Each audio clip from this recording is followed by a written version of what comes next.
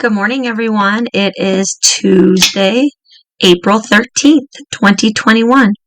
Today, you're going to start off by getting your daily Fix-It done for Tuesday.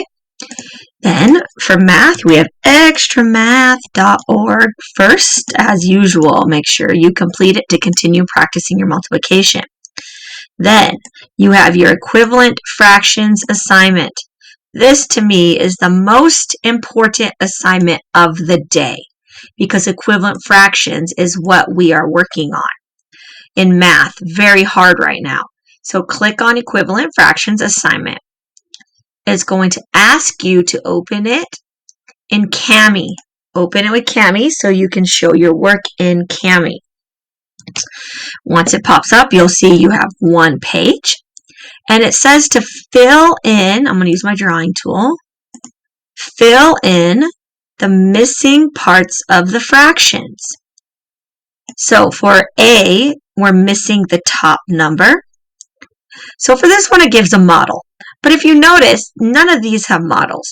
So I would like you to try to do it the way we practiced in class by figuring out what number you can multiply to get to the other side.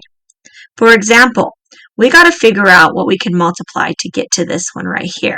So in order to do that, we got to do the ones that aren't missing. 4 times what is 8? 4 times what is 8? If you need to, go open your multiplication chart.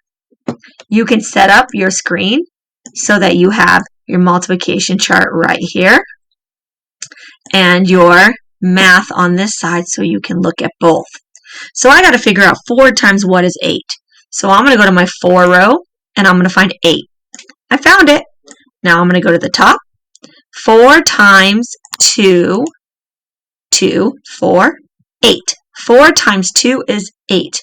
So now I know that 4 times 2 is 8. So now I could do that on the top. Times 2. 3 times 2 is 6. If it's very hard for you to show your work on here, you may show it on a piece of paper and bring your paper to class to show me your work. And then just put your answers on here. Like this. Put a 6. But you must show your work to me in class because I want to see that you're drawing your arrows and that you are multiplying it by the same number. I'm going to go down and I'm going to do one more. Let's see. I'm going to do K. All right. 9 times what is 3? Wait a minute. I can't go from a 9 to a 3 when I multiply. It doesn't make any sense. Look when I go to my 9 row. Are there any 3s there? No, because it only gets the bigger numbers because when you're multiplying, you're going to combine so it gets to be bigger. So we don't want to do that.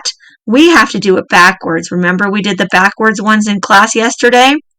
So we got to go 3 to 9.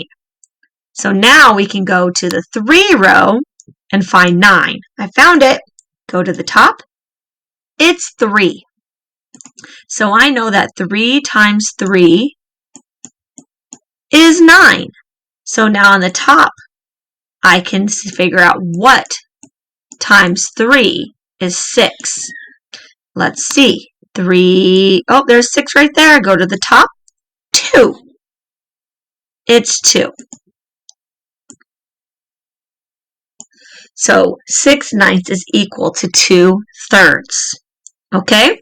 This is what you're going to be doing on these problems. First, decide if you're going forward or backwards, and then figure out what number you need to multiply it by.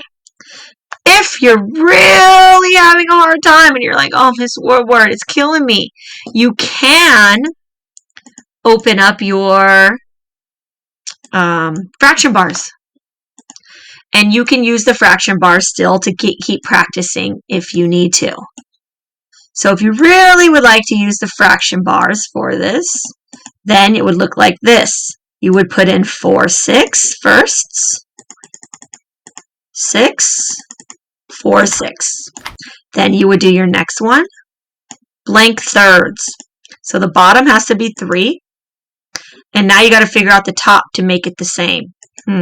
Oh, I found it. That looks the same. So that would work.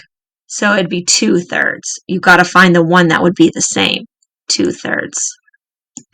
That's how you would use your fraction bars to help you with this. We will correct these in class, so try your best on it. And if you get really stuck and you're like, oh, I get confused with this, log on to Zoom in the morning. I am on Zoom 8:30 till 10, helping kids with math a lot. So log on and I'll help you get through this and you'll become an expert in equivalent fractions before you know it. After you do your equivalent fractions assignment, if you have any time, I would like you to keep working on W6 and W7 on IXL. That's equivalent fractions on IXL. Then you have your last spelling page to do, page 89. A story to read on McGraw-Hill called The Life of a Homesteader. Homesteaders are the pioneers that were traveling on the Oregon Trail. So you're going to learn a little bit more. It might even give you some ideas to add to your opinion writing in class. Remember, we're writing about the Oregon Trail. And there's a quiz on the story, so make sure you take your quiz. That's all for your morning. So make sure you work hard, because remember, school is way shorter right now than it used to be. So when you're working, you got to work hard. And don't forget to tell me the password. Today, the password is opinion. An opinion is what you think, feel, or believe about something. Yesterday in class, we talked about our opinions on the Oregon Trail. Make sure you tell me the password. It is opinion, the first 5 minutes of class for 2 points. All right, everyone, I'll see you in class on Zoom. Have a good morning.